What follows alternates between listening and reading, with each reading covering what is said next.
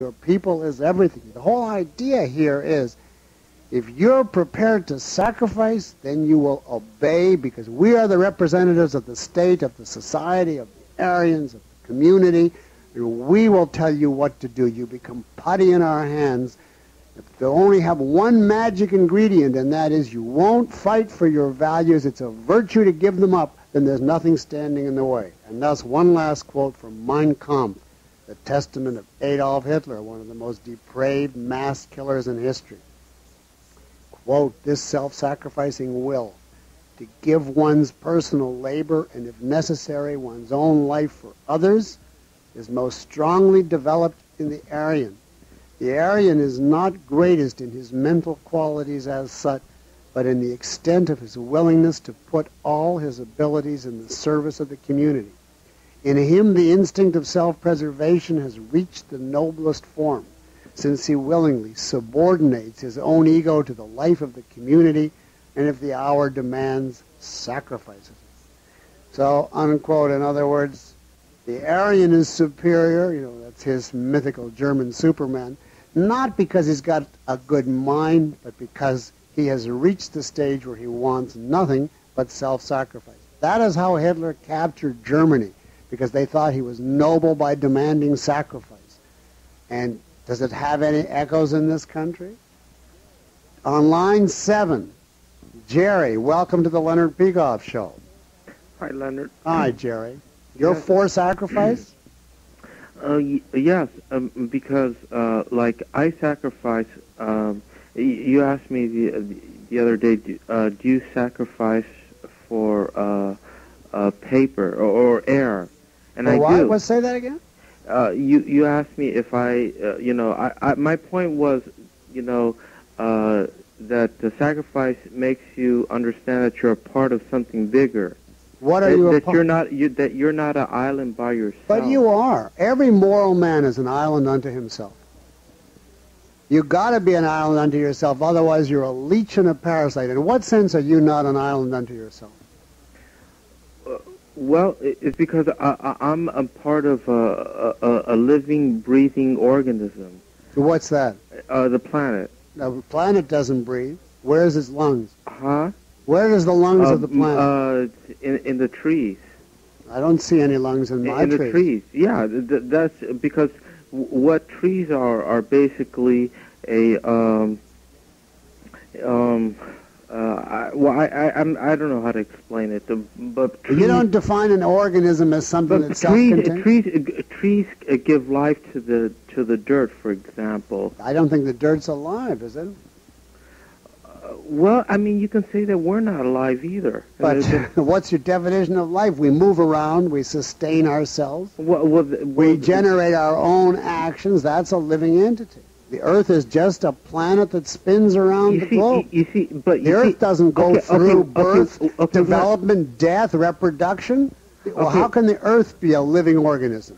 Well, it's just like it's not made of cells. It doesn't have. It's created. We're part of the Earth. We haven't got to this point. We live on the Earth, independent of the Earth. If we came here, from something else to this Earth, and then maybe you would have a point. But well, did you draw a distinction between being part of something and being dependent on something? I'm dependent on air. That doesn't make me part of the air. Does it? Well, that's how. I want to ask you: am I part of the air? Because the air can live independent of you, but you can't live independent of the air. So I should sacrifice myself to the air then? Well, you should. Yes, and that's what I do. Because how do you sacrifice yourself to the air? By recycling paper, for instance. That's how you sacrifice yourself to the air? Yes. Well, I think it's a waste of time to recycle paper. I think it'd be much more sensible. Because you think we should be cutting down all the Brazilian forests? I mean, if we could cut down. Let me ask you this: if we can make money tomorrow by pushing a button, we would totally cut out all the Brazilian forests, all what is called the lungs of the earth. Yes, I don't believe in metaphors like that. Well, suppose you're asking me would I decimate all the forests? I mean, it is a metaphor. The earth is not a living creature. It has no lungs. But you asked me when I cut down, where the lungs were, and you see, and you wouldn't do it because you know that those trees are the lungs of the earth. I didn't. And we have a relationship to the air, and so when I recycle, I am, I mean, it's not a religious thing, of course. It sounds like it's a religious thing. It's a practical thing. Well, if it's a practical thing, you're appealing to people's self-interest. If you're appealing to their self-interest, why mystify it and make it mystical? Why not simply say, and that's what private foresters have done through the ages, we will preserve a certain amount and keep replanting for our future needs. You equate selfishness with some kind of maniac who gobbles up everything in sight and then starves to death.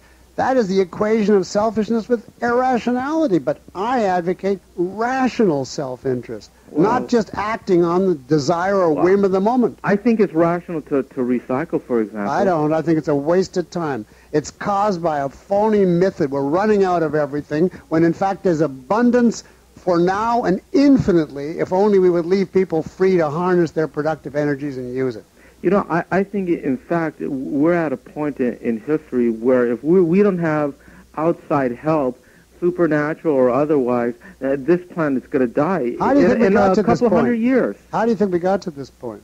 Huh? How do you think we got to this point? We got to this point by supernatural providence, a supernatural act. Supernatural act got us to a point where we're about to be destroyed? What? You didn't say that right. I don't understand. We got to this trouble. Well, we're out of time, Jerry. You're going to have to tell me another time. Thanks very much.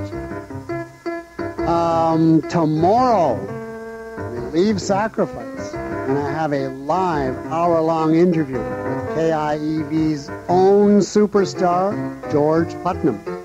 Everything we always wanted to know about George, I'll get to ask him, and you do too. Until then, this is Leonard Peikoff saying goodbye to all of you. Thanks for listening and for calling in until 2:30 p.m. tomorrow, Wednesday. Don't forget to check your premises.